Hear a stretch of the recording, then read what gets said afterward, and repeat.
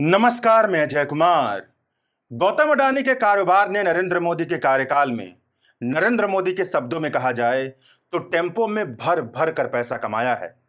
आंकड़े बताते हैं कि साल 2014 में जब नरेंद्र मोदी भारत के प्रधानमंत्री बने थे, तब अडानी की टोटल वेल्थ करीब 16,780 करोड़ रुपया थी।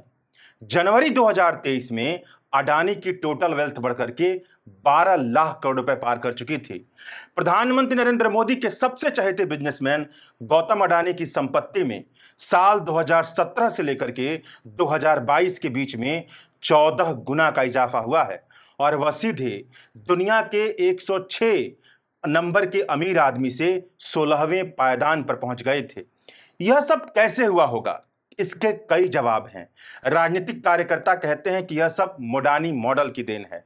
सरकार के प्रचलित नियम कानून को इस तरीके से बदला जाता है कि गौतम अडानी के कारोबार को फायदा पहुंच सके। इस पहलू को समझना हो तो गौतम अडानी की कंपनी अडानी पावर लिमिटेड का बांग्लादेश के साथ बिजली करार को समझना एक अच्छा उदाहरण हो सकता है। नरेंद्र मोदी के कार्यकाल में नियम कानून को इस तरीके से बदला गया कि केवल गौतम अडानी के पावर प्लांट को यह अधिकार मिला कि वह सारी की सारी बिजली जो उसके पावर प्लांट से उत्पादित होगी वह बांग्लादेश को एक्सपोर्ट कर सकता है। यह पावर प्लांट झारखंड के सबसे पूर्वी छोर पर पश्चिमी बंगाल के बॉर्डर से सटे हुए इलाके गोड्डा में मौजूद है। अडानी ग्रुप के अंतर्गत आने वाली कंपनी अडानी पावर लिमिटेड के तहत चलने वाली इस पावर प्लांट को यह अधिकार मिला था कि इस पावर प्लांट से पैदा होने वाली एक भी यूनिट बिजली को भारत के किसी भी इलाके में नहीं दिया जाएगा। सारी की सारी बिजली बांग्लादेश में एक्सपोर्ट की जाएगी। भारत का यह एकमात्र ऐसा पावर प्लांट था जिसने अपने पूरे बिजली के उत्पादन को बांग्लादेश में बेचने का कॉन्ट्रैक्ट किया था। इस तरह का अधिकार भारत में अब तक किसी भी पावर प्लांट को नहीं मिला है। ईस्टर्न रीजनल पावर कमेटी के आंकड़े बताते हैं कि अप्रैल 2023 से लेकर के मार्च 2024 के बीच बांग्लादेश में जितनी बिजली एक्सपोर्ट की गई है उसका 63% हिस्सा अडानी पावर लिमिटेड के झारखंड के गोड्डा पावर प्लांट्स में हुआ है। अप्रैल 2023 से लेकर के मार्च 2024 के बीच में बांग्लादेश को करीब $1 बिलियन यानी करीब 8 से 8.5 हजार करोड़ रुपए की बिजली, करीब $1 अरब की बिजली भारत की तरफ से एक्सपोर्ट की गई है। इसमें से ज्यादातर बिजली का एक्सपोर्ट केवल और केवल गौतम अडानी के झारखंड के गोड्डा पावर प्लांट से हुआ है। मतलब सबसे ज्यादा कमाई गौतम अडानी की कंपनी को हुई है। अब जब बांग्लादेश में उठापटक चल रहा है, बांग्लादेश का भविष्य बहुत ही नाजुक दौर से गुजर रहा है, उसका भविष्य अधर में लटका हुआ है, साफ दिख रहा है कि बांग्लादेश में बिजली की जरूरत तो पड़ेगी ही, मगर कमाई की संभावना वहां से कम है। तो गौतम अडानी के पावर प्लांट को नुकसान से बचाने के लिए फिर से नियम बदल दिया गया है। बदले हुए नियम के मुताबिक अडानी के गोड्डा के पावर प्लांट को देश में भी अपनी बिजली बेचने की अनुमति मिल गई है। यानी नरेंद्र मोदी ने अडानी को बांग्लादेश से फायदा भी पहुंचाया और बचाया भी। एकदम पक्की वाली दोस्ती निभाई। मगर सबके लिए यहां पे समझने वाली बात यह है कि नरेंद्र मोदी को दोस्ती निभाने के लिए नहीं चुना गया है। नरेंद्र मोदी देश के चुने हुए प्रधानमंत्री हैं। गौतम अडानी एक कारोबारी हैं। राज्य के किसी भी पदाधिकारी को यह हक नहीं मिला है कि कारोबारी को फायदा पहुंचाने के लिए वह नियम कानून को बदले। अगर ऐसा हो रहा है तो यह भ्रष्टाचार की कैटेगरी के भीतर आता है। इसी आधार पर यह सवाल बनता है कि कहीं ऐसा तो नहीं है कि केंद्र और राज्यों के चुनाव में भाजपा जो हजारों करोड़ रुपए खर्च करती है वह पैसा कारोबारियों को दिए गए इन्हीं सब फायदों की वजह से उसे मिलता है। हेलीकॉप्टर से नेताजी जो एक दिन में कई बार यहां से वहां, जहां से तहां आते जाते रहते हैं, उसका पैसा कारोबारी को पहुंचाए गए लाभ से तो नहीं आता है। जनता को यह सवाल पूछना चाहिए। अब इस मसले के थोड़े और गहराई में चलते हैं, इस मामले को थोड़ा और खोल कर समझते हैं।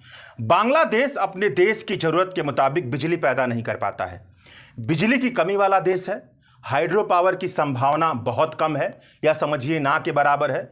जीवाश्म ईंधन की डिपॉजिट भी बहुत कम है। इसलिए बांग्लादेश को अपने देश की बिजली दूसरे देश से आयात करनी पड़ती है या पावर जनरेटिंग प्रोजेक्ट लगाने के लिए उसे दूसरे देश से फाइनेंशियल और टेक्निकल सपोर्ट की जरूरत पड़ती है। साल 2010 में जब यूनाइटेड प्रोग्रेसिव अलायंस की सरकार थी, तब भारत ने बांग्लादेश के साथ $1 बिलियन लाइन ऑफ क्रेडिट का करार किया था, जिसका मकसद बांग्लादेश में पावर जनरेशन से जुड़े इंफ्रास्ट्रक्चर का विकास करना था। इसी साल भारत के नेशनल थर्मल पावर कॉरपोरेशन और बांग्लादेश पावर डेवलपमेंट बोर्ड ने एक ऐसा करार पर हस्ताक्षर भी किया जिसके तहत बांग्लादेश में कोयले से संचालित 2 पावर प्लांट स्थापित करने का लक्ष्य रखा गया था। अगले 4 साल तक इस करार पर, इस कॉन्ट्रैक्ट पर कामकाज होता रहा। भारत सरकारी कंपनी के माध्यम से बांग्लादेश को मदद पहुंचा रहा था। मगर साल 2014 में नरेंद्र मोदी सत्ता में आए, महामानव सत्ता में आए। उन्होंने मायावी तरीका निकाला। 2015 में बांग्लादेश की यात्रा की। बांग्लादेश की प्रधानमंत्री शेख हसीना से एक ऐसा कॉन्ट्रैक्ट किया जिसके तहत भारत की प्राइवेट कंपनियों को अधिकार मिल जाए कि वह बांग्लादेश के पावर जनरेशन, ट्रांसमिशन और डिस्ट्रीब्यूशन सेक्टर में कारोबार कर पाएं। इसी करार के तहत बांग्लादेश पावर डेवलपमेंट बोर्ड ने अडानी पावर लिमिटेड और रिलायंस पावर लिमिटेड के साथ कॉन्ट्रैक्ट किया। मतलब जो रिश्ता अब तक भारत सरकार और बांग्लादेश की सरकार के बीच था, वह रिश्ता बांग्लादेश और अडानी के बीच हो गया। यही है महामानव की माया, जहां पर सरकारी कंपनियों की जगह प्राइवेट कंपनियां ले लेती हैं। पावर परचेज एग्रीमेंट तब नहीं हुआ था, यह साल 2017 में जाकर के संभव हो पाया। पावर परचेज एग्रीमेंट का मतलब यह होता है कि बिजली की कितनी मात्रा, कितने दर पर खरीदी और बेची जाएगी। इस तरह के एग्रीमेंट के जानकार कहते हैं कि यह एग्रीमेंट लघु अवधि के लिए होना चाहिए, छोटे समय के लिए होना चाहिए, क्योंकि पावर सेक्टर की दुनिया में कीमतें बढ़ती घटती रहती हैं, उसमें फ्लैक्चुएशन होता रहता है।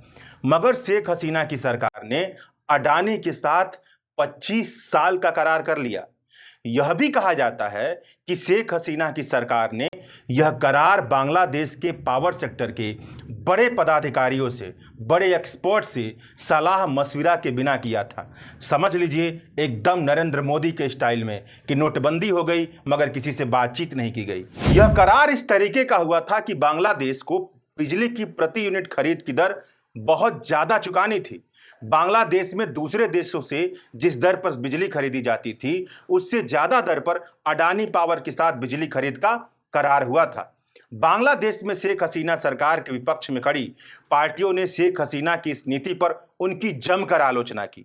बांग्लादेश नेशनलिस्ट पार्टी ने कहा कि अडानी पावर के साथ जो किया गया कॉन्ट्रैक्ट है, जो किया गया करार है, बांग्लादेश और बांग्लादेश की जनता के खिलाफ है। यह डील खत्म कर देना चाहिए। सवाल खड़ा किया कि इतनी ज्यादा दर पर बिजली लेने का करार क्यों हुआ है? कहीं ऐसा तो नहीं है कि जनता का पैसा लूट करके शेख हसीना की पार्टी इतना पैसा अपने पास इकट्ठा करने की कोशिश कर रही है जिससे वह इलेक्शन में धांधली कर सके? और शेख हसीना की पार्टी पर इलेक्शन में धांधली का बहुत आरोप लगा है। जो अब की बार उनकी बांग्लादेश से विदाई हुई है, उसमें एक बड़ा कारण यह भी है कि उन्होंने विपक्ष की पूरी बात को हमेशा अनसुना किया और चुनाव इस तरीके से करवाए जो धांधली कहे जाने वाले चुनाव कहे जा सकते हैं। इसी करार के तहत अडानी पावर लिमिटेड को गोड्डा पावर प्लांट का अधिकार मिला था कि सारी बिजली जो यहां से उत्पादित होगी वह बांग्लादेश को एक्सपोर्ट की जाएगी। यहां तो गजब की बेईमानी हुई थी।